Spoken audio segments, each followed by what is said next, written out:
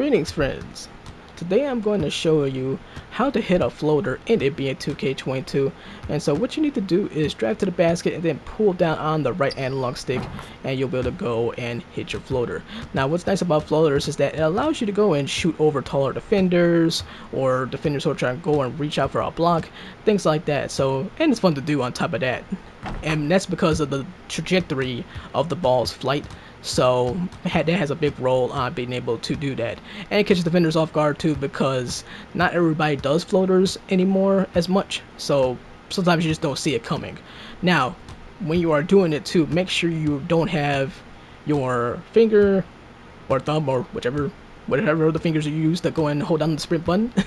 Don't hold down on the sprint button when you are doing it, because if you do hold down on the sprint button while you're driving to the basket, you will dunk instead of going for the floater. So you can hold down the sprint button, of course, when you're trying to get around or whatever, but once you get near the hoop and you have that opportunity to go for the floater, let go of the sprint button so you end up doing a layup instead of the dunk. So because a floater is essentially a layup. So, and layups, and then the best way to do layups is, the only way to do layups is by not using the sprint button. So yeah, but if you have the sprint button down, then well, you're gonna go for a dunk probably, unless your my player doesn't have a good drive and dunk rating. If the drive and dunk rating is only like 25 or 30 or something like that, then they may do it anyway with the sprint button. So, and that's where players like that could come in handy, like for the floaters. Like if you do have a player who can't dunk, you're gonna take advantage of that and utilize the combination of speed and the floater ability to go and score. So that's nice as well,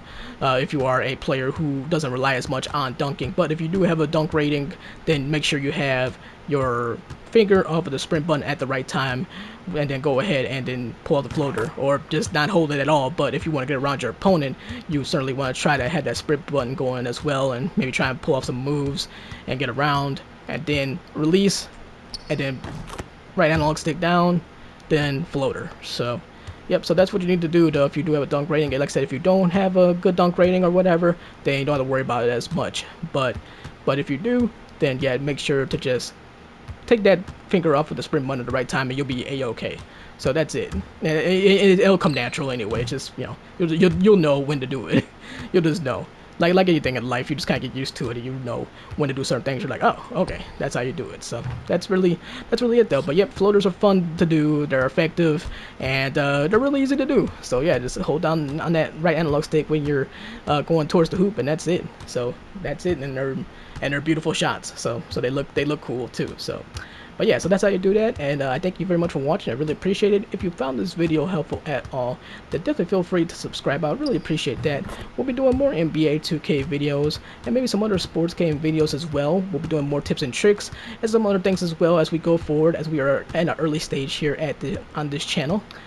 Also, feel free to go follow me on Twitter at GhostPandaStorm, where I'm talking about not only NBA 2K, but really all kinds of different games. So if you are a gamer in general, then definitely feel free to go and follow me on Twitter. Feel free to say hello.